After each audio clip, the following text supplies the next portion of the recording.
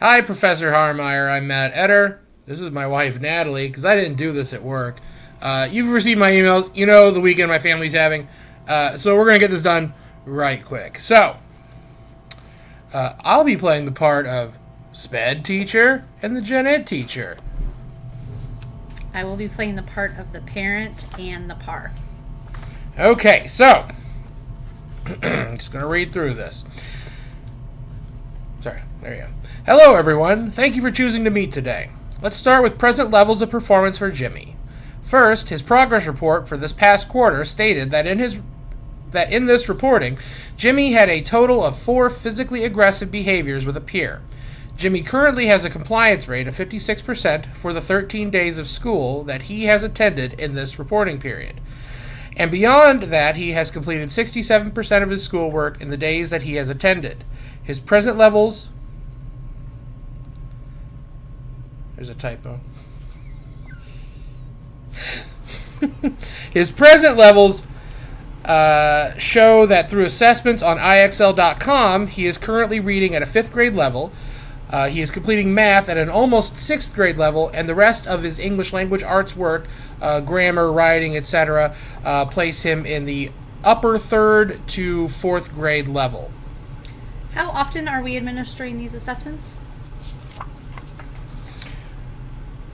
We are completing them quarterly to track progression. If you look back at his previous scores, he's increased by about a half a letter grade or a half a grade level in every grouping. This is, of course, expected to increase further with better attendance.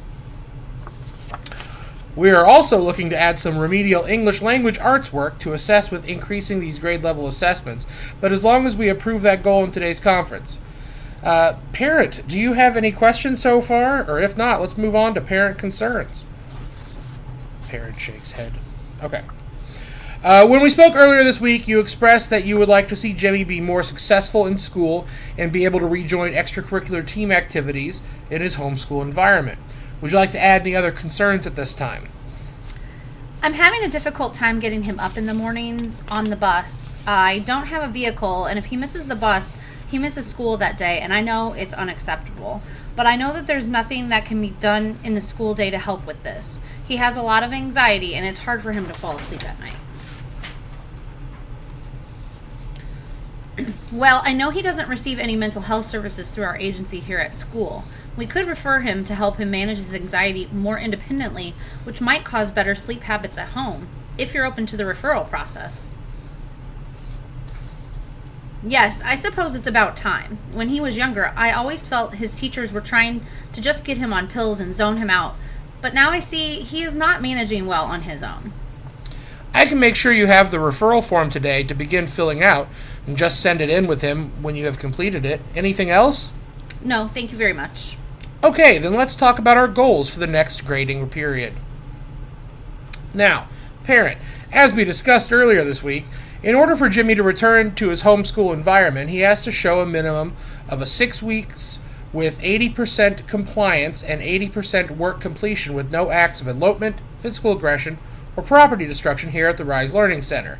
And in accordance with that, we'll be tailoring 2 of his goals to meet these needs. Are you still in agreement? Yes, how will that look, and how are they measured? Well, his first goal is a compliance goal, which states, Jimmy's present levels show that he complies with school rules approximately 60% of the time, or 3 out of 5 trials. In order to meet the state standard of demonstrating skills necessary to properly interact with school personnel and community members, and to perform activities such as planning, organizing, strategizing, paying attention to, and remembering details in managing time and space, the goal is as follows. When given a directive from an adult, Jimmy will comply with the directive within 2 or less prompts 80% of the time across school environments. This will be measured by our daily behavior tracking sheet and recorded in his file daily. How will he be led to increase his independent compliance? Well, Jimmy will be taught to self-monitor, recognize consistent prompts by staff, see both verbal and nonverbal prompting, and will be either clearly reinforced or will clearly receive a consequence based on his reaction. Jimmy also participates in 30 minutes of social skills training daily in the classroom to help teach replacement behaviors. We've also adopted the PBIS model for reinforcing and replacing behaviors. Okay, what about his work completion goal? Yes, his second goal is for work completion. Jimmy is currently completing about 67% of his work daily. We want to see that increase to 80% so that he can have the best opportunity to return to his homeschool environment. The goal is, when given an assigned task, it really is happening. Oh, there's another one. Oh my gosh.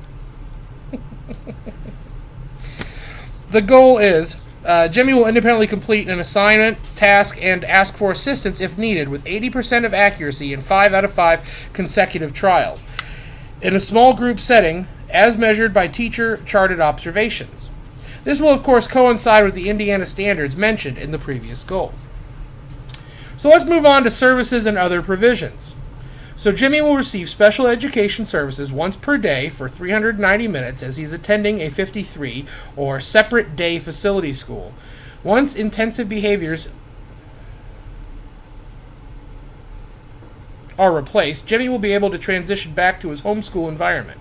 Transportation services will be covered by his homeschool environment township, as has been the case so far this semester, and will continue until he's transitioned back. It's also noted under services and transportation that his behavioral needs, due to his behavioral needs, it is required that he will have a bus monitor physically present on the bus. Under criteria to determine a health-related need for special education transportation, we are putting that Jimmy has a behavioral impairment due to self-abusive, elopement, or problematic responses to sensory input. Of course, these aren't forever, but for the time being while attending RISE, these special services and accommodations. Yes, I understand. Are there any other services that Jimmy will need daily? No, Jimmy does not require the use of any accessibility materials or technologies. He doesn't need an extended school year or technical assistance, and there are no program modifications required because the programming here at RISE is already set up for intensive behavioral services, and we have made a very beneficial behavior plan to help him to be successful. We do want to put in here that he will receive progress reports and goals sent home every 9 weeks, and that will continue as well. And we also have to note that while he is at the RISE Learning Center, there are not opportunities to learn from non-disabled peers socially, which can be possibly detrimental to further development, which is why our goal is to reunite him with his homeschool environment as quickly as possible. That makes sense. I didn't think about the loss of social interactions as a detriment. Yeah, but we want to get him back to his homeschool environment as quickly as possible. Now for accommodations. Let's hear from his gen ed teacher for the accommodations during standardized assessments and testing that will be given in his classroom. Yes, now during the standardized testing, Jimmy will be given different opportunities for accommodations based on subject matter. In math assessments, he will be provided with additional breaks, tested in small groups, and provided preferential seating, as well as have the use of a calculator for all mathematic items. In English language arts, he will be given additional breaks, tested in a smaller group, and given preferential seating, as well as in U.S. government, additional breaks, small groups, preferential seating, and he'll be given extended testing time during sessions, which is in accordance with his educational records. Furthermore, for science, biology, and chemistry, additional breaks, small group testing, preferential seating, and he'll have an adaptive calculator for any calculations that might be necessary in those assessments, as well as having extended testing time in accordance with his education record. Now, when it comes time for his SATs, he will have breaks as needed, small group testing, and preferential seating as well. Any questions? Not so far. Now, for standard accommodations, just in the classroom regularly, we'll have him provide with extra time for work, working in small groups, additional breaks, and the ability to use calculators for all mathematical computation. We've also provided access to a resource room for calming down when upset and the use of a visual schedule to help establish routine and structure. Does this sound okay? Jimmy can't focus if he doesn't sit with his back to a wall. His anxiety doesn't allow for him, and he will walk out of any room if he can't sit with his back to the wall. Okay, we can add that in before we sign off on it today. Any other concerns? No, thank you for taking care of my son. It's our pleasure. Thank you for taking the time to meet today. We will go print a copy with these changes for you to sign, and I'll go grab a referral sheet for services. Thanks, Professor. Have a great day.